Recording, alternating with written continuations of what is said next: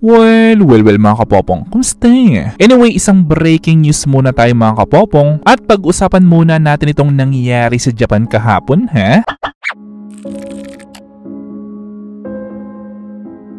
Well, medyo nakakalungkot para sa mga Japanese dahil sa unang araw ng taon ng 2024 ay isang malakas na lindol pala ang sasalubong sa kanila. Which is alam naman natin na ang mga lindol sa Japan common na. Pero ito kasing nangyari kahapon isa sa mga lindol na talagang sobrang sineryoso ng mga tao sa Japan. Well, dahil pagkalipas kasi ng halos isang dekada, simula noong mangyari yung tsunami noong 2011 sa Japan na pinaniniwala ang 20,000 na mga buhay ng mga tao ang pinaniniwala ang kinuha niyang pangyayari na yan. Pero ang nangyari kasi kahapon tulad rin sa takot na naranasan at naramdaman ng mga Japanese tulad noong 2011. Well, kaya't ang karamihan sa mga devices sa Japan kahapon which is inactivate rin kahit sa mga lugar na hindi naman apektado noong lindol ay totoong lahat ng mga cellphone, TV, mga radyo at kahit yung pang mga monitor ng mga head unit ng mga sasakyan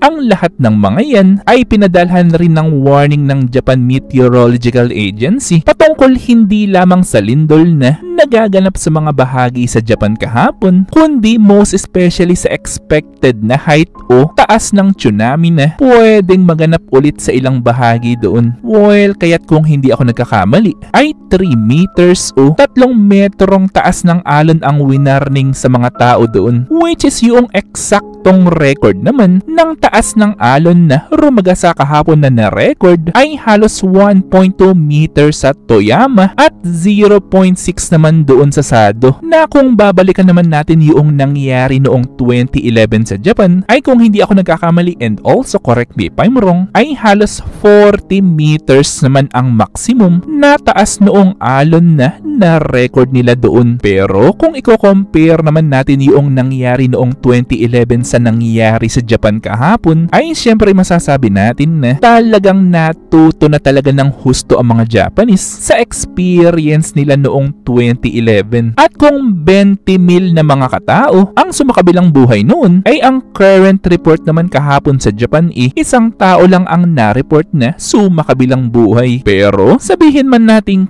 kung mas mataas pa sa 1.2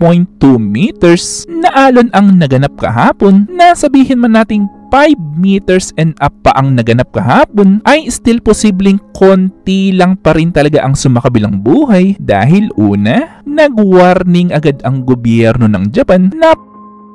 pagpapalikas sa mga tao doon kahapon na mga nakatira malapit doon sa epicenter at doon sa mga dalampasigan sa Japan. At alam nyo ba na dahil sa lakas ng lindol na naganap sa Japan kahapon, ay alam nyo ba na pati ang bansang Russia at bansang North Korea nag-issue rin ng warning kahapon na posible daw na magkaroon ng tsunami sa ilang bahagi ng kani-kanilang bansa doon. Well, tingnan nyo yan ha? Kahit ang mga kapitbahay na bansa ng Japan takot rin sa mga lindol na nagaganap sa Japan, na alam nyo naman siguro na sabihin man nating ang bansang Japan ang isa sa mga tinaguri ang pinakamayayamang bansa sa mundo, pero ang isa naman sa mga hadlang ng pag-asenso nila doon walang iba kundi ang mga natural na kalamidad na nangyayari doon. Well, kung hindi sana kasama ang Japan sa mga lugar na mayroong mataas o high seismic and volcanic activities, ay paniguradong sa mga oras o panahon sana natin ngayon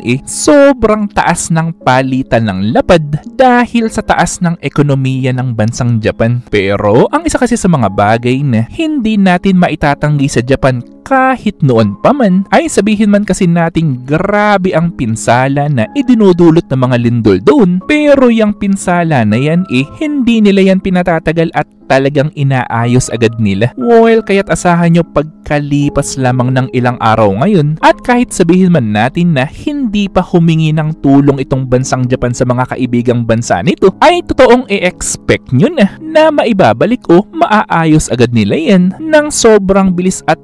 very good quality pa na hindi naman tulad dito sa Pilipinas na yung simpleng pothole lang sa kalsada minsan pa nga ilang buwan pa bago magawa. Anyway, ibinalita rin pala kahapon sa Japan na yung karamihan daw sa mga nuclear power plants sa mga lugar kung saan naramdaman yung lindol ay ibinalita na walang anuman daw abnormalities activities na nangyayari para doon sa mga nuclear power plants na nandoon. Na isa naman ito sa mga balita na talagang sobrang inintay ng mga Japanese dahil kung meron na namang isang nuclear power plant ang mag-leak doon ay baka meron na namang isang lugar sa Japan ang maging isang ghost town tulad nitong nangyari sa Futaba town sa Japan. Well, isa ba ito sa mga dahilan sa kung bakit ang ilang mga Filipino hindi natin masising natatakot sa mga nuclear power plant? Anyway, isama natin sa dalangin yung mga tao sa Japan ngayon na alam naman natin na ang gobyerno ng Japan